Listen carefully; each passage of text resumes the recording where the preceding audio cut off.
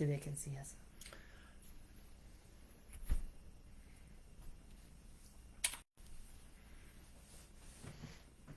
You're not live. Are we live? Yep, it says. Hello, this is George. And Bonnie. And this is Adonai's Sanctuary Truth class. Missing our brother tonight. One of us isn't here tonight. Brother George is usually sitting across the table. He's feeling a little puny. He'll be okay. We're praying for you. Yep. And this is, January 21st. Mm-hmm. And like always, like the statement says, Sanctuary Truth Classroom. That's what we're going for. And that's what we try to study. Now, are we always popular with the people? No. Most people, or a lot of people, probably look at us as kooks. And they might be right about me, but not her. But anyway, tonight we're going to go over Deuteronomy 10. Yeah. Interesting. Well, I thought it was.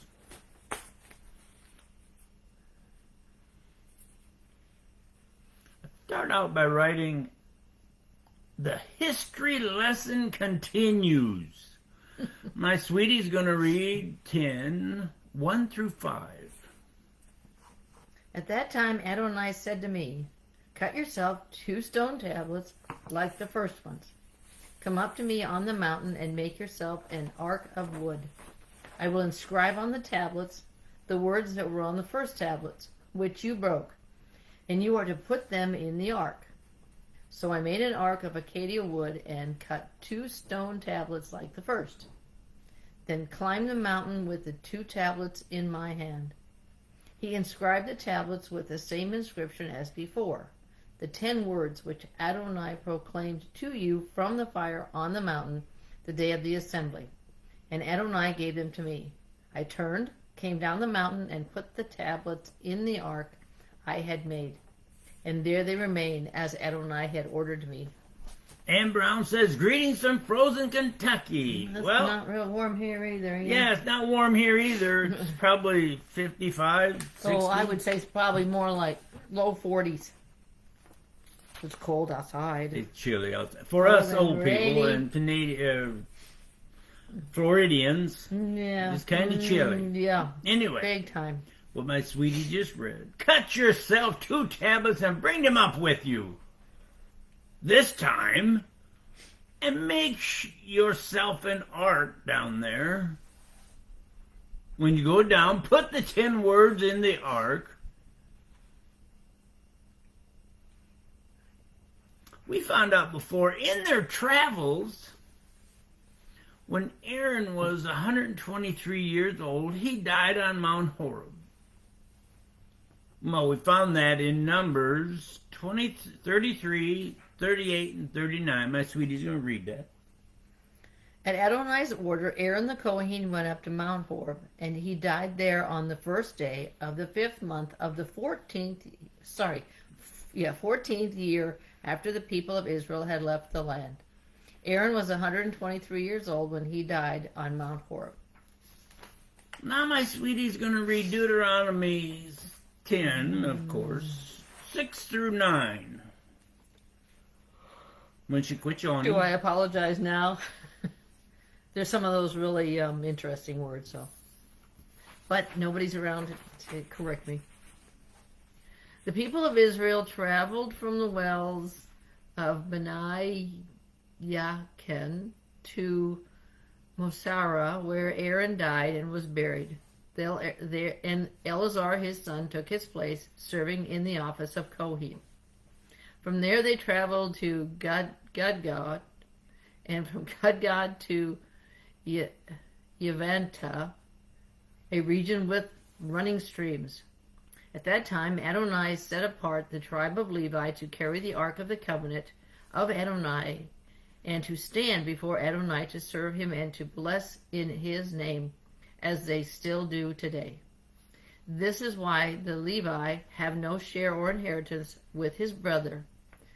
Adonai is his inheritance, as Adonai your God has said to him. Now this morning, see, this is about the fourth time I've went over this. And this morning, something jumped out at me. I'm going to have my sweetie read 10:8. Read just 8, please. Oh, my. Oh, there's no big words. Good. At that time, Adonai set apart the tribe of Levi to carry the ark for the covenant of Adonai and to stand before Adonai to serve him and to bless his name, as they still do today. Did you catch that? The Levites were to carry the ark. Stand before Adonai for what? She just read again, to serve him. And what else were the Levites to do? It says they are to bless in his name. What does that say? That's what it says. And to bless in his name. That's what I thought. They are to bless in his name. In Adonai's name. They were to use and bless in his name by that one verse. Well, in all reality, that's their job.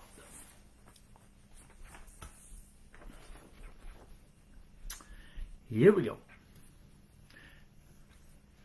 6 and 9 restates that happening, and as it states in Numbers, Aaron never went into the promised land either. He died before they got there. Mm-hmm.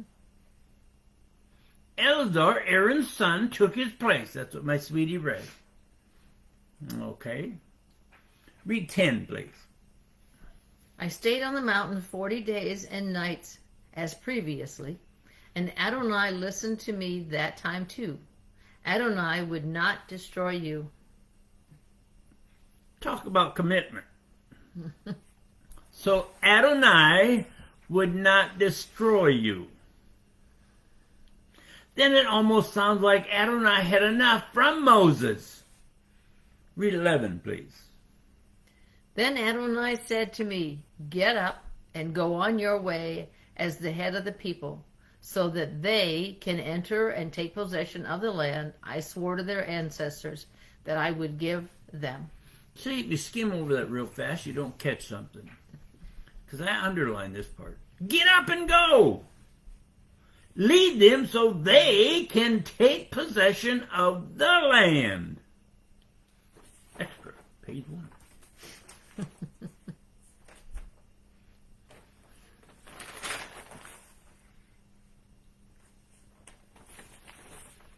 My sweetie's going to read 12. So now, Israel, all that Adonai your God asks from you is to fear Adonai your God, follow all his ways, love him, and serve Adonai your God with all your heart and all your being. Well, as she reads that, you're thinking, wow, we've heard that before. Mm-hmm. And what I wrote was, can't you just hear this, the true simplicity of that verse? Serve Adonai, obey the rules. Read 12 again, please. So now, Israel, all that Adonai your God asks from you is to fear Adonai your God, follow all his ways, love him, and serve Adonai your God with all your heart and all your being. Love him, but then by going over that fast, all Adonai really asks is for you to fear him. That's what you read, right? Mm-hmm. Now, wait a minute. How about that fake narrative, God is love, so if it's good, it must be from God. If it's not, or if you don't like it, then it must be from that Satan guy. That one sentence or verse shoots a hole in those make-believe, goody followers, doesn't it? Now Adonai will, next verse, well, the next verse is so important. Read 13, please. To obey for your own good the mitzvah and regulations of Adonai, which I am giving you today. to obey. You hear that a lot when you go to church. Obey. To obey. Other translations seem to deaden it down a little bit. They say to observe. Now, when I read that and showed my sweetie, she was kind of shocked that it would say to observe instead of to obey. Big difference. They and you are to obey Adonai. Why? It states, here's a good one. It states for your own good. You read that, right? Mm-hmm. Yep. What are those 4 words telling you? It's not for Adonai, Moses, your priest, your children, your wife or husband, not even for your precious grandchildren. No, as the scripture says, it's for your own good. That society follows not Adonai or his son Yeshua. See, they have their own little G gods without Adonai himself. Their own Messiah. You know, the one Jesus or Isus, even Isus, without Yeshua. Society today has walked away again from Adonai and Yeshua for their own gods of money, fame, notoriety, jobs, even family. And they continue, which makes that statement stand out like a neon sign. For your own good. To obey the mitzvah, the commandment, and regulations that Adonai gave to you today. Read 14, please. See the sky, the heaven beyond the sky, the earth and everything on it, all belongs to Adonai your God. Read that again. Now listen to what she says. See the sky, the heaven beyond the sky, the earth and everything on it, all belongs to Adonai your God. Think about this. Look what Adonai owns. The sky. All heavens and beyond. The earth and everything in and on it belong to him, Adonai.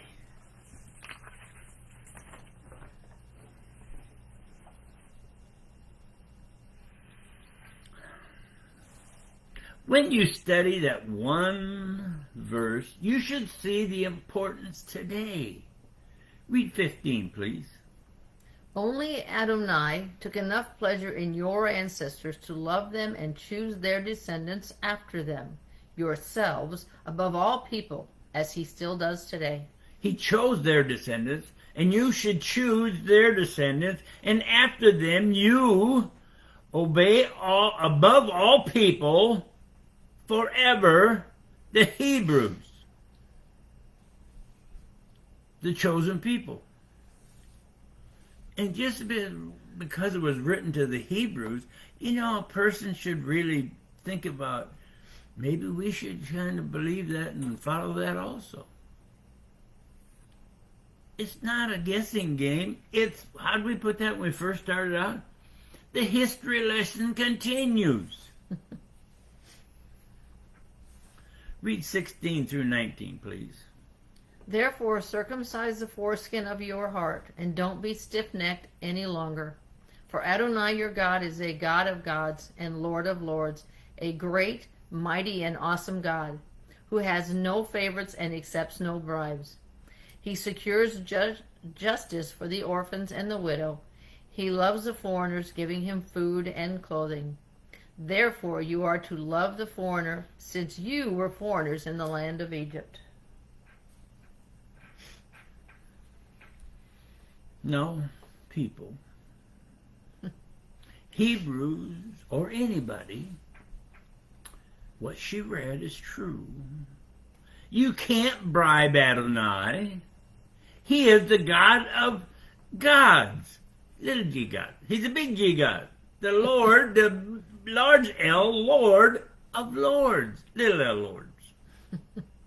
He's awesome, mighty, and great. Not one of you is his favorite. I think that's what you read. Mm-hmm. So, all you people who think, oh, because I raised my hand in church, I know where I'm going because I'm one of his favorites. Now, you're not. The Old Testament tells everybody you're not his favorite. Whether you like it or not, you're not his favorite. I just got done with that. Okay. See, I have to go back and forth with papers because after we go over it, then he always gives me something else to write about. So I have to go to another piece of paper because I don't have room on the other one. So that's why I'm bouncing back and forth. Because it's, when you study, you see more the second and third time. Okay. Now that I got that explanation down. People. Oh, I like that. That one verse about you can't bribe Adonai. That's it. People, stop being stiff-necked. Get rid of all misinformation from your priest. You people today must start by cleaning your own house, body, and family from the total brainwashing of society. That's a hard thing to do. You got to really be committed to somebody called Yeshua and Adonai. Not your priest or preacher. The part that stands out to us is he accepts no bribes. Now, people, tithes better not be viewed by you as a bribe.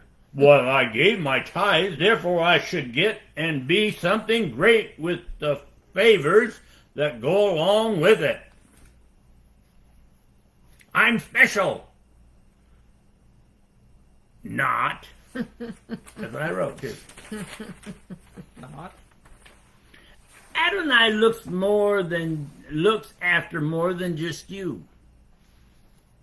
Even if you tithe huge amounts of money and you think the church or religion or God should give you more because you give more. See, when Adonai looks after people, the first sentence here says, Adonai looks after more than just you, no matter who you are. He looks after the orphans and widows. My sweetie read that. Mm-hmm. Here's an interesting one. Loves all people who obey him. That sort of puts a rock in their washing machine. You have to obey him? No. Think of all the criminals that if their little boy gets hurt, whether he's 40 or 60 years old, he was such a good boy. He didn't mean to rape and murder and steal and all that stuff. It must be society. No, it's him and you for not correcting him the right way. Adonai's way. Keep him in line. When you gave your tithe, it wasn't a bribe. If you tithe. Now my sweetie's going to read verse 20. You are to fear Adonai your God, serve him, cling to him, and swear by his name. Doesn't say to fear. You are to fear Adonai your God. Serve him, cling to him, and swear by his name. Here we go again. Is Adonai really telling those, great pretend Christians to fear him? Serve him with the truth? Cling to Adonai's truth? And to swear to the truth of Adonai and by his name? Swear by his name? What's that? Wow. Most people wouldn't be in arms about that. Read 21, please. He is your praise, and he is your God, who has done for you these great and awesome things, which you have seen with your own eyes. People, look around you. Adonai deserves your praise, and he gets so very little. I'll get to that. Adonai deserves your praise. He is your praise. For very few, Adonai is your and their God. People, think back. How many of you ever, and we mean ever, and I even underline that ever, heard the name Adonai before in your church going, or with your lack of brainwash, or with your lack of biblical understanding? Have you ever heard the name Adonai before? Or have they just used God? But in Exodus chapter 3, I believe, maybe 3:15, somewhere close to that, Adonai says, Yud Hoviv, Adonai is my name forever.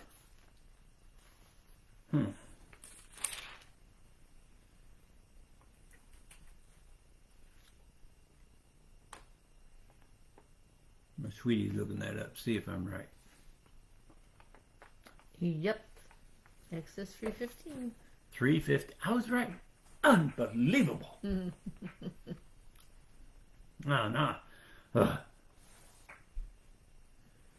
Let me go that through again. That surprised me that I was that close. Or with, think about how many of you have ever, and we mean ever, heard the name Adonai before in your church, going, or with your lack of biblical understanding. Have you ever heard the name Adonai before? People, that's not putting a feather in our cap because we tell you what the scriptures say. You should be reading that. But it should put mud on your preacher or your priest, whatever you want to call him. Mud on your priest or preacher, falsification of Adonai's word. And in your world.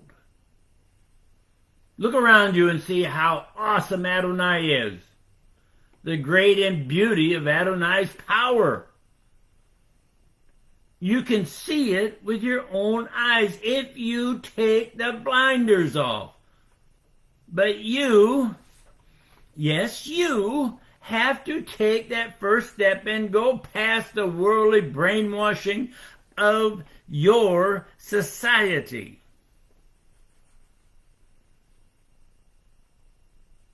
The numbers looking for Adonai's real truth are actually few. What we're trying to do is get you to hunt for Adonai's truth. But we are not into numbers. Look what Adonai states, what he did in 10:22. Read that, please. Your ancestors went down to Egypt with only 70 people. But now Adonai your God has made your numbers as many as the stars in the sky. We believe, pardon? That's a lot of people.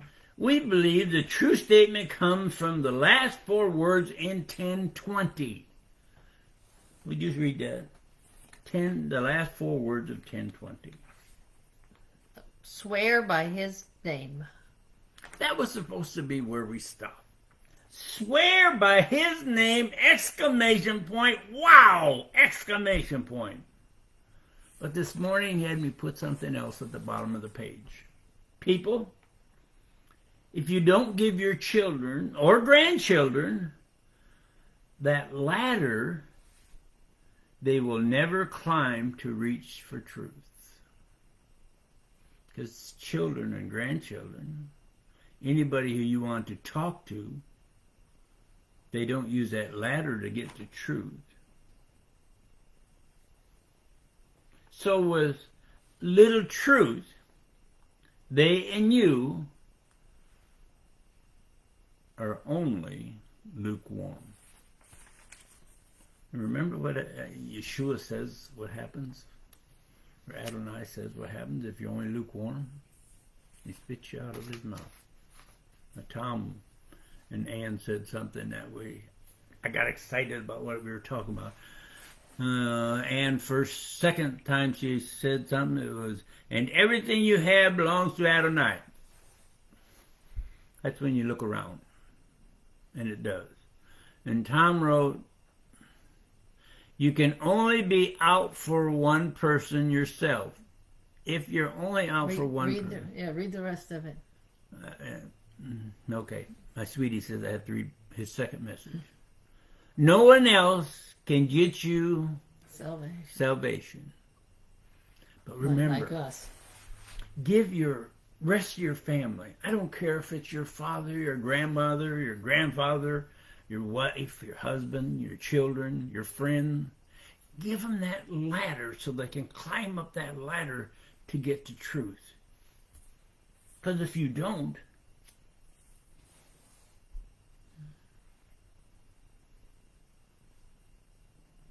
they don't climb that ladder to get to truth. See, with the society and the churches and the priests today, with so little truth, they, the priest, the preacher, rabbi, whatever you want to call them, they and you are only lukewarm. And I don't know about you, but it's getting to the point where we got to be either hot or cold. Because he can work with a cold person. And he's with a hot person. But if you're lukewarm, you can't do nothing with you. They have to choose to climb. Yeah, they do. Yes, they have to choose to climb. Mm-hmm. But if you force them up the ladder. If you take a little one and really get excited with that little one, he wants to do what Mommy and Dad said. He wants to climb that ladder. When they get old enough, they got to do their own climbing. Mm-hmm. But you can always direct them, always show them the truth. And then when they get old enough, they got to study, like you, for the truth yourself. Mm-hmm. Yeah. You can't follow us. You can't follow anybody else. You got to climb the ladder yourself. Mm-hmm. And that's only to get up to the road. See, once you get on the road and you get through that little gate, guess what? You still got to please Adonai to get through that door. And Tom said, like what you were doing. You were setting up ladders. Wow. Hey, I never thought about that. Thanks, Tom. That's really interesting. We're setting up ladders. We're like firemen setting up ladders. Setting up ladders. I don't know what that is. Something popped up and we got to get rid of it because we can't see nothing. Setting up ladders, man. We're setting up ladders. Thanks, Tom. That's pretty cool. It's your own choice. Yeah, it's your own choice, but we're just trying to set up some more ladders. I like that. That's all. Maybe our next book will be that. Set up ladders. Wow. I never thought about that. That's pretty cool. I'm not sure who. Never even looked at my thought. I looked at us as setting up ladders. And Ann even said amen. She's up there where it's cold. Well, in Kentucky. I have a feeling where Tom's at, it's snowing. Well, it's chilly here. It's 50, 60, 40 degrees here, so we're not hot. We're not warm here. Not the weather. No, it's cold. But we sure are studying for Yeshua and Adonai. You people have a great day. And we have a couple hundred that click on every week. Yep. And we hope you watch and tell your friends to watch. Or your enemies. Where you get truth. And if you don't like your enemies, tell them to watch. Maybe it'll agitate them enough to keep watching. You have a great week. Have a good week, guys. Husbands and wives, guys and girls, young and old. Have a blessed week.